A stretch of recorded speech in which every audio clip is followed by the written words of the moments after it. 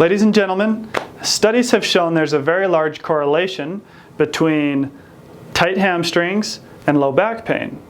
Now, some people are going to argue chicken versus the egg. Are your hamstrings tight because you injured your low back?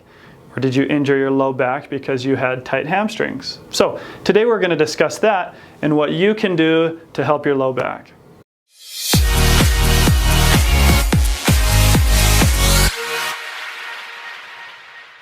All right, so the hamstrings are a group of muscles that go down the back of your leg. They start at that bony bump in your butt, and then they attach all the way to your knee. So some of the actions that they do, they help bend the knee, and they also help to bring that hip backwards.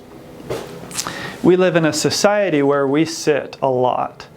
And as I'm sitting, you can see my knee's already bent. That's already putting my hamstrings in a shortened position, which can lead to their tightness.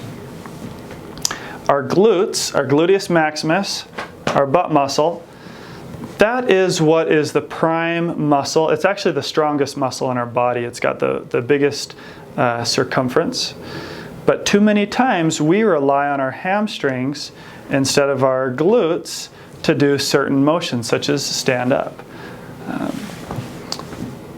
We need to activate our glutes. It's not so much that they're weak, but due to, once again, our society, we rely on our hamstrings much more than we should, which leads to tightened, shortened hamstrings. This causes pain in people, and it can lead to injury.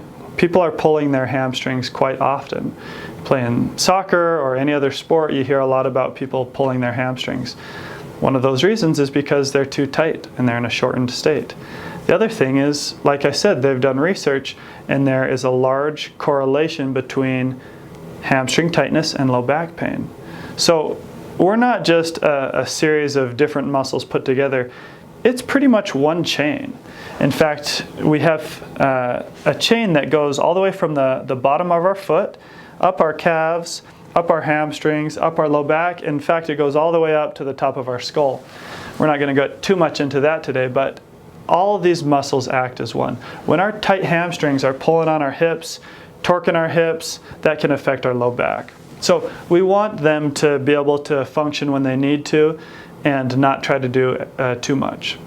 One way we can help with that is by doing what's called a glute bridge. So I have a lot of my patients do this exercise when I'm feeling that maybe their glutes aren't firing like they're supposed to. So what you're going to do is you're going to lay down on a flat surface, arms at your side, and you're going to pick your hips up into the air like so.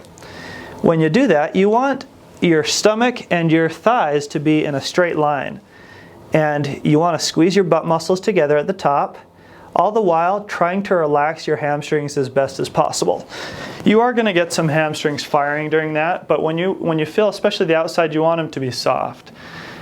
The more you practice, the more you're going to be able to relax the hamstrings when you do that glute bridge.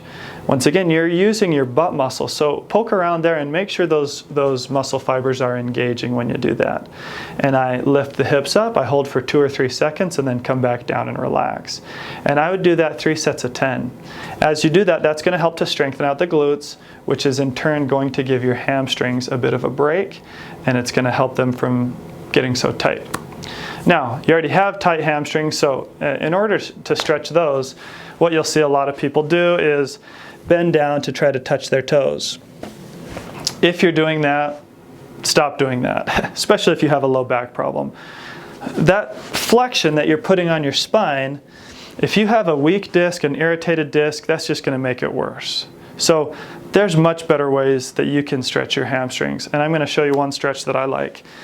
Get a stool or a chair. I'm going to use the bench in this instance, but you just bring your leg up and you can keep it straight, and then you want to hinge at the hips.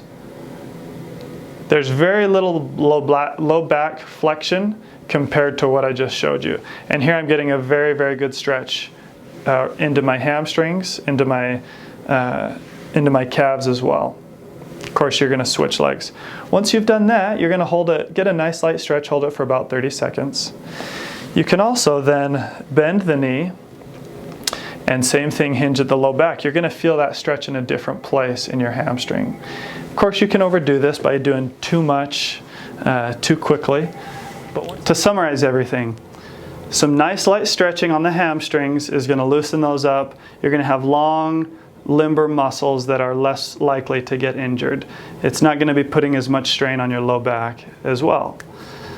Also, by strengthening and activating those glutes through the glute bridges, you're going to be shifting the bulk of the work to the glutes where they belong. You're going to be giving those hamstrings a break, and you're going to tone up that booty.